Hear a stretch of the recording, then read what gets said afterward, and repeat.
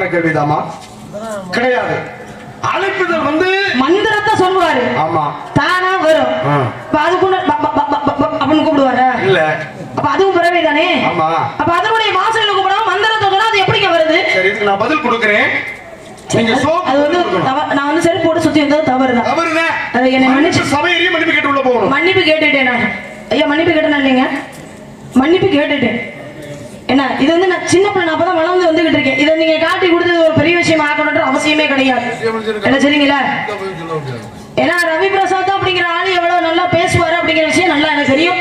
உங்களை நான் நிறைய மேடல சந்திச்சிருக்கேன். உங்களுக்கு எனக்கு நிறைய வாக்குவாதங்கள் வந்துருக்கு, நிறைய விஷயங்கள் பேசி இருக்கோம்.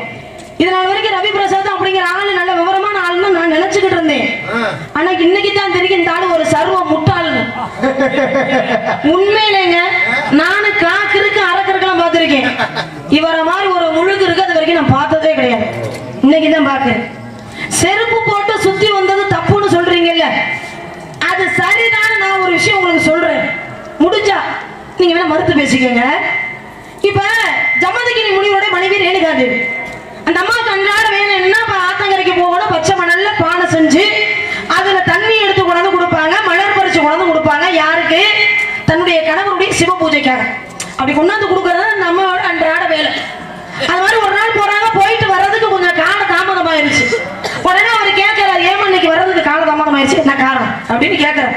அப்பதான் நம்ம சொல்றாங்க, இன்னைக்கு சூரிய பகவானுடைய வெப்பம் கொஞ்சம் அதிகமா இருந்துச்சு, என் கால் சுற்றுச்சு, அதனால கொஞ்ச நேரம் நிழல்ல நின்று வந்தேன், அதனாலதான் கொஞ்சம் காலதாமதம் ஆயிடுச்சு அந்த அம்மா சொல்றாங்க. உடனே ஜமதகிரி முனிவர் வில்லை அம்பை எடுத்து சூரிய பகவானுக்கு குறி வச்சுட்டார். சூரிய பகவான் பூலோகத்துக்கு இறங்கி வந்துட்டார்.